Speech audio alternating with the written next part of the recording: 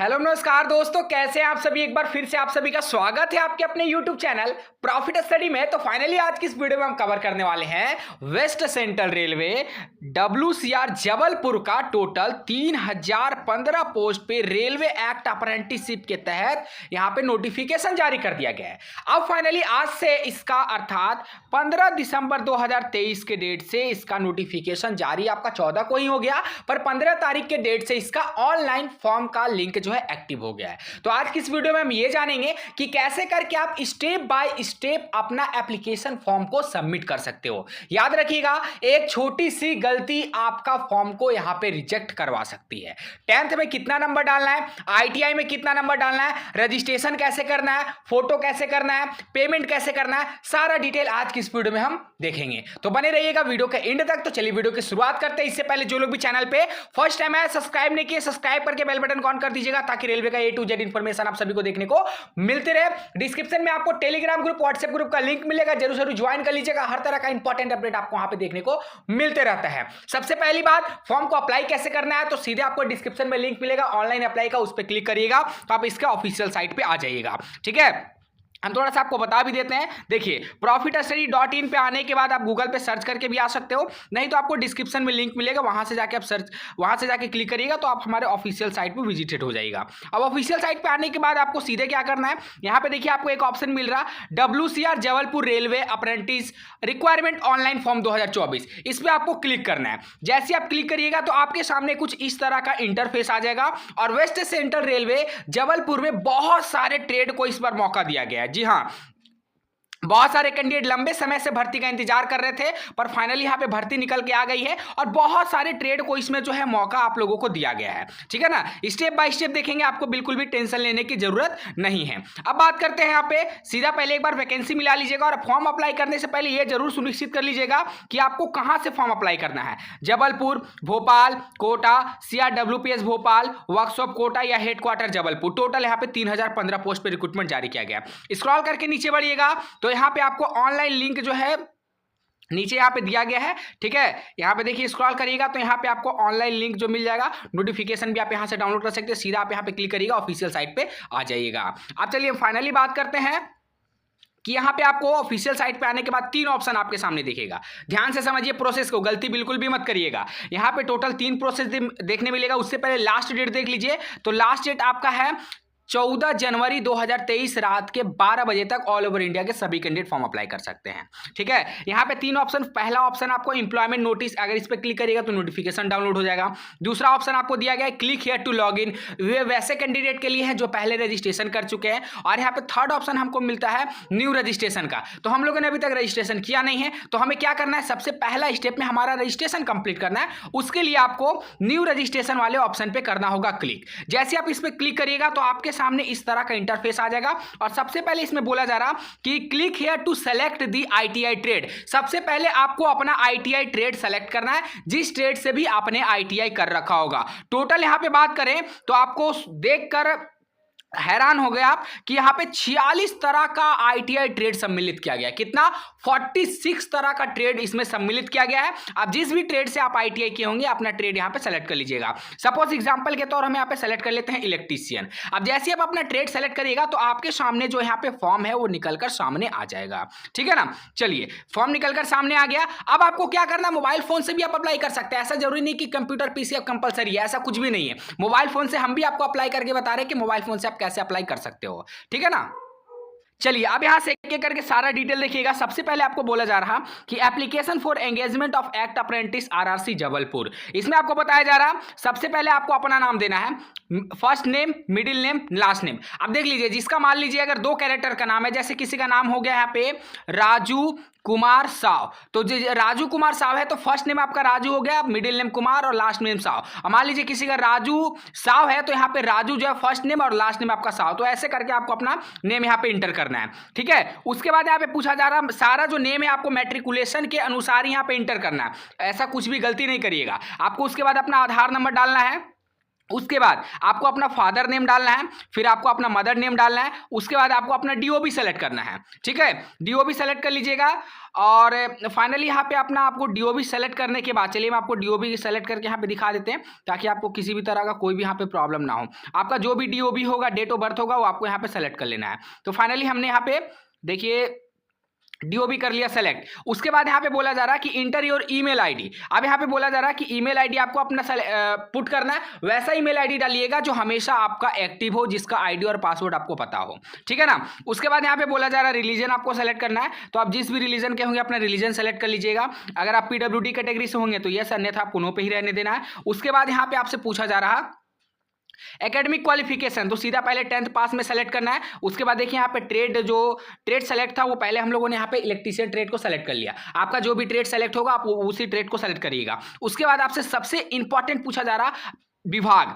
Unit, आप किस unit के तहत फॉर्म अप्लाई करना चाहते हैं, जबलपुर से, भोपाल से, कोटा से, वर्कशॉप कोटा से, या फिर CRWPS भोपाल से। ठीक है, तो ये सारा आपके सामने 5 यूनिट है। अब देखिए एक बात का ध्यान रखिएगा कि आप जिस भी ट्रेड को सेलेक्ट करिएगा ना, और जिस ट्रेड में जहां पे भर्ती रहेगा वही सारा यूनिट आपके सामने आएगा। जैसे इलेक्ट्रीशियन में जबलपुर, भोपाल, कोटा, WRS कोटा और CRWPS भोपाल, पांचों आपका यूनिट में वैकेंसी है, तो 5 यूनिट आपके सामने आ गया। कि कोई कोई ट्रेड ऐसा होगा जिसमें 4 ही यूनिट में उसका वैकेंसी होगा, तो ये देख लीजिएगा अपने अकॉर्डिंग। ठीक है, तो हम मान लीजिए यहाँ पे अप्लाई करेंगे जबलपुर डिवीजन से। ठीक है, उसके बाद आपको यहाँ पे क्या करना है, ये तो इधर का हम लोगों ने काम पूरा देख लिया, इधर का काम हमारा सबमिट हो गया। अब इधर का काम को आपको देखना है। इधर आपको बोला जा रहा कि सबसे पहले आपको 10 डिजिट का अपना मोबाइल नंबर देना है। उसके बाद आपको अपना यहाँ पे क्या करना है, जेंडर सेलेक्ट कर लेना है। उसके बाद आपको अपना कम्युनिटी, या एक बात याद रखिएगा कि आप अगर SC ST OBC WS पे सेलेक्ट करिएगा तो आपको 100 रुपीज़ का पेमेंट लगेगा। इसके साथ साथ आपको सेंट्रल फॉर्मेट में रेलवे का कार्ड सर्टिफिकेट सबमिट करना है। फॉर्मेट आपको profitasi.in ऑफिशियल वेबसाइट पर अपडेट है, तो वहां जाके डाउनलोड आप कर सकते हो। ठीक है, तो चलिए फटाफट मान लीजिए इस बार हम OBC को सेलेक्ट करते हैं, क्योंकि बहुत सारे कैंडिडेट का यहाँ पे क्वेरी आता है कि सर आप सिर्फ SC ST को सेलेक्ट करते हो, OBC को नहीं सेलेक्ट करते हो। तो चलिए OBC को इस बार सेलेक्ट करते हैं और फिर पूरा पेमेंट का प्रोसेस भी बता देंगे कि कैसे करके आपको पेमेंट करना है। तो OBC में हम लोगों ने OBC को सेलेक्ट कर लिया, ये सारा कुछ हो गया। अब आपसे यहाँ पे पूछा जा रहा है कि आपका क्लास 10th परसेंटेज, 10वीं में आपका कितना नंबर था। ठीक है, तो 10वीं का परसेंटेज आपको यहाँ पे डाल देना है। तो 10वीं का परसेंटेज डाल दीजिए। मान लीजिए हमारा 10वीं में परसेंटेज 85 था, 85 हम डाल दिए। उसके बाद ITI का परसेंटेज बोल रहा है कि हाँ जी आपका ITI में कितना था, ITI में हमारा 89 था, 89 डाल दिए। ठीक है, उसके बाद ये सारा करने के बाद एक बार फिर से आपको यूनिट सेलेक्ट करना है। हम लोग जबलपुर को सेलेक्ट कर लिया और उसके बाद यहाँ पे आपका देखिए सबमिट वाला ऑप्शन है, तो सबमिट वाले बटन पे आपको क्लिक करना है। आपका जो पर्सनल डिटेल है वो यहाँ पे हो जाएगा सबमिट। ठीक है, जैसे आप सबमिट करिएगा तो आपके सामने इस तरह का एक मैसेज आएगा कि user ID and password, send your registered mobile number and email address. आपका जो आईडी और आपका जो पासवर्ड है वो आपका मोबाइल नंबर, इसके साथ साथ आपका मेल आईडी पे सेंड किया गया। तो वहां से आप अपना मेल आईडी चेक कर लीजिएगा और SMS चेक कर लीजिएगा, वहां पे आपका आईडी पासवर्ड मिल जाएगा आपको। उसके बाद सिंपल आपको लॉगिन वाले बटन पे क्लिक कर देना है। तो उसके बाद आपको लॉगिन करना है। जो आपके मेल पे SMS पे आपको आईडी पासवर्ड मिला, वो सिंपल आपको आईडी पासवर्ड यहाँ पे पुट कर देना है। उसके बाद लॉगिन वाले ऑप्शन पे क्लिक कर देना है। तो लॉगिन करने के बाद आपके सामने इस तरह का इंटरफेस आ जाएगा, जिसमें सबसे पहले आपका पेमेंट के बारे में डिटेल रहेगा। ठीक है, आपका एप्लीकेशन फीस 100 हो गया, जो आपका अनरिजर्व OBC और EWS वाले कैटेगरी का लगेगा। ठीक है, और 36 रुपये आपका प्रोसेसिंग पेमेंट हो गया। टोटल 136 रुपये आपको पेमेंट करना है। पेमेंट करने के लिए आपको ये जो लिंक दिया गया इस पर आपको क्लिक करना पड़ेगा। तो चलिए क्लिक करके देखते हैं कि कौन कौन सा हमारे सामने ऑप्शन जो है अवेलेबल होता है। तो देखिए पेमेंट करने के लिए आप सिर्फ जो पेमेंट कर सकते हैं वो आपका SBI कलेक्ट कार्ड का ही यहाँ पे ऑप्शन रखा गया है। ठीक है, और यहाँ पे देखते हैं स्क्रॉल करके कि कुछ अदर ऑप्शन भी देखने को मिलता है। तो नहीं, यहाँ पे आपका अदर कोई भी ऑप्शन वगैरह आपको देखने का नहीं मिलता है। तो आपको इस मेथड से ही आपको यहाँ पे पेमेंट करना पड़ सकता है। ठीक है ना, बाकी इसके रिगार्डिंग ज़्यादा डिटेल आपको नेक्स्ट वीडियो में हम देने का कोशिश करेंगे। ठीक है, कि कैसे आप फ़ोन से ही अपना पेमेंट को कर सकते हो।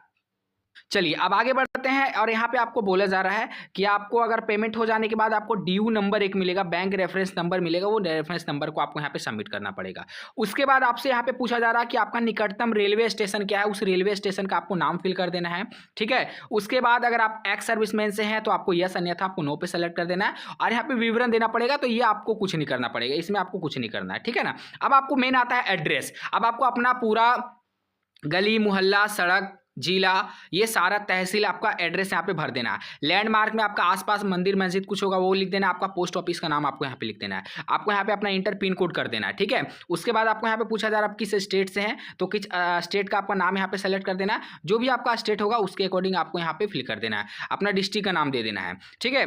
उसके बाद स्क्रॉल करके जब यहाँ पे नीचे बढ़ोगे तो आपका सबसे इंपॉर्टेंट पॉइंट आता है कि एकेडमिक क्वालिफिकेशन। एकेडमिक क्वालिफिकेशन में पूछा जा रहा है कि आप स्टेट बोर्ड से हैं या फिर आपका ICSE बोर्ड है। तो जो भी आपका बोर्ड होगा वो आपको बोर्ड अपना यहाँ पे सेलेक्ट कर लेना है, ठीक है ना। उसके बाद देखिए यहाँ पे पूछा जा रहा है कि आपका 10th में कितना नंबर था। तो यहाँ पे 10th में आपको 500 नंबर ही फिल करना है। कितना फिल करना है? 10th में आपको 500 नंबर ही फिल करना है, इस बात का ध्यान रखिएगा, ठीक है। अब यहाँ पे पूछा जा रहा है कि 500 में से आपका कितना नंबर आया, तो 500 में से आपका जितना भी नंबर आया था आपका सब्जेक्ट के अकॉर्डिंग कैलकुलेट कर लीजिएगा, वो सारा कुछ आपको लिख देना है। और यहाँ पे कुल अंक में से ही आपका आउट ऑफ इतना खुद ब खुद ले लेगा, ठीक है ना। तो ये फर्स्ट में आपका 10th का हो गया। जैसे 10th में हम मानते हैं कि मेरा ऑब्टेन्ड मार्क्स था यहाँ पे 400 नंबर, ठीक है, ध्यान से समझिएगा।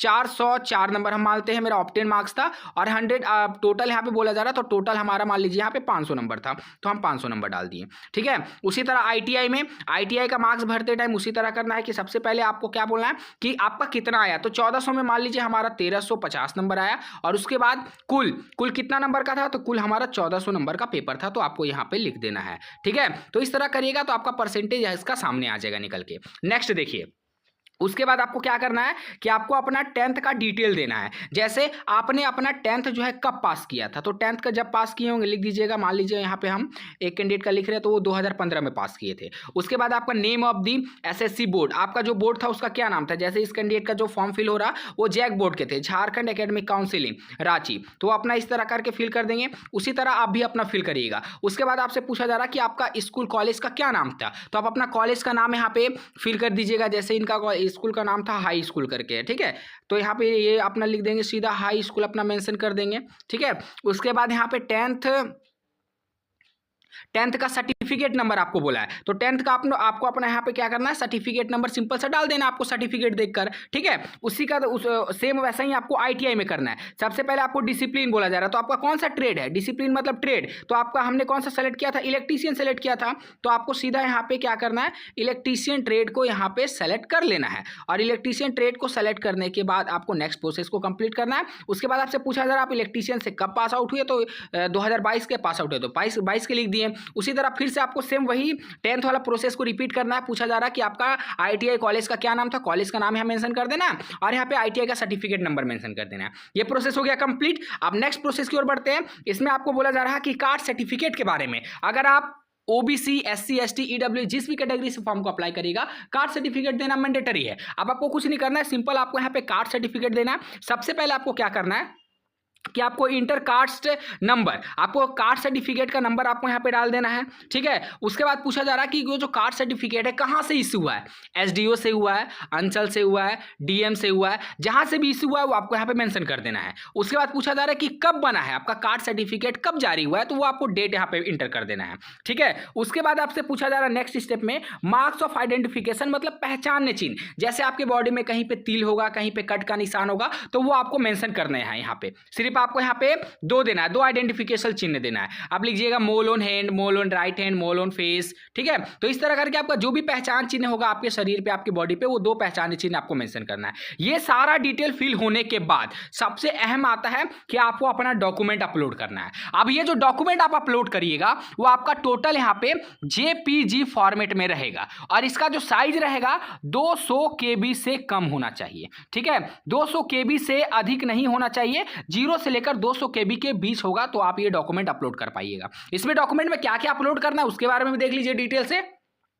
तो सबसे पहले बोला जा रहा है आपको कि 10th का मार्कशीट आपको अपलोड करना है। उसके बाद यहाँ पे बोला जा रहा है कि 10th का सर्टिफिकेट अपलोड करना है। तीसरा डॉक्यूमेंट आपको ITI का सर्टिफिकेट अपलोड करना है, चाहे आप SCBT से ITI किए हो या फिर NCVT से ITI किए हो, दोनों तरह के कैंडिडेट फॉर्म को अप्लाई कर सकते हैं। उसके बाद पूछा जा रहा कि आपको provisional and marksheet issue by the NCVT और ICVT का मार्कशीट आपको अपलोड कर देना है। उसके बाद आपको फोटो अपलोड करना है, फिर सिग्नेचर आपको अपलोड कर देना है। उसके बाद कास्ट सर्टिफिकेट आपको अपलोड अपलोड करना है, एज प्रूफ सर्टिफिकेट आपको अपलोड करना है। एज प्रूफ सर्टिफिकेट में आप अपना 10th का मार्कशीट लगा सकते हो जिसमें आपका date of birth clear mention होना चाहिए। उसके बाद पीडब्ल्यूडी एक्स सर्विसमैन से अगर है तो आपको सेलेक्ट करना है, अन्यथा नहीं। यहाँ पे देखिए आपको नहीं अपलोड करना है। पेमेंट ऑफ रिसिप्ट, जब आप पेमेंट का भुगतान कर लीजिएगा तो उसमें आपको एक रिसिप्ट मिलेगा, उस रिसिप्ट को अपलोड करना है। इतना अपलोड करने के बाद जैसे अपलोड करिएगा तो सारा आपका एक एक डॉक्यूमेंट आपको यहाँ पे दिखने लगेगा। और फाइनली फिर आपको कुछ क्या करना है, कुछ नहीं, उसके बाद आपका सारा जो फॉर्म है सबमिट हो के कागार पे पहुंच गया और सबमिट वाले बटन पे क्लिक करिएगा। आपका जो पीडीएफ है आपके फोन में जस्ट डाउनलोड हो जाएगा। और उस प्रिंट आउट को ध्यान से सुनिए, उस प्रिंट आउट एप्लीकेशन फॉर्म को आपको संभाल कर रखना है। इसके साथ साथ आप जो पेमेंट करिएगा 136 रुपीज़ का, या फिर जो ST SC और PWD फीमेल से हैं वो 36 का पेमेंट करेंगे, उनको भी ये जो रिसिप्ट है संभाल कर रखना है। जब आपका सिलेक्शन हो जाएगा डॉक्यूमेंट वेरिफिकेशन के लिए तो DV के टाइम पे ये पेमेंट का रिसिप्ट आपसे मांगा जाएगा। ठीक है, तो इस तरह करके आपको step by step form apply करना है। बाकी इससे रिलेटेड आपके मन में अगर कोई सवाल होगा, कोई डाउट होगा तो हमें कमेंट बॉक्स में कमेंट करके बताइएगा। हम कोशिश करेंगे कि कमेंट का माध्यम से आपका जो भी डाउट है उसे क्लियर किया जाए। ठीक है, मैं कोशिश कर रहा हूं कि बहुत जल्द इसका प्रीवियस ईयर अगर मिलेगा तो मैं RTA वगैरह लगाकर इसका प्रीवियस ईयर भी आप लोगों को उपलब्ध करा दूंगा, ताकि फाइनली आप डिसाइड कर सको कि कहां से फॉर्म अप्लाई करने से आपका सिलेक्शन होने का पूरा चांसेस है। ठीक है, चलिए आज के लिए इतना ही, फिर से मिलेंगे आपसे नई भर्ती नई जानकारी के साथ। इसी तरह का पल पल का अपडेट पाने के लिए चैनल को सब्सक्राइब करके बेल बटन ऑन कर दीजिएगा। चलिए तब तक के लिए जय हिंद जय भारत।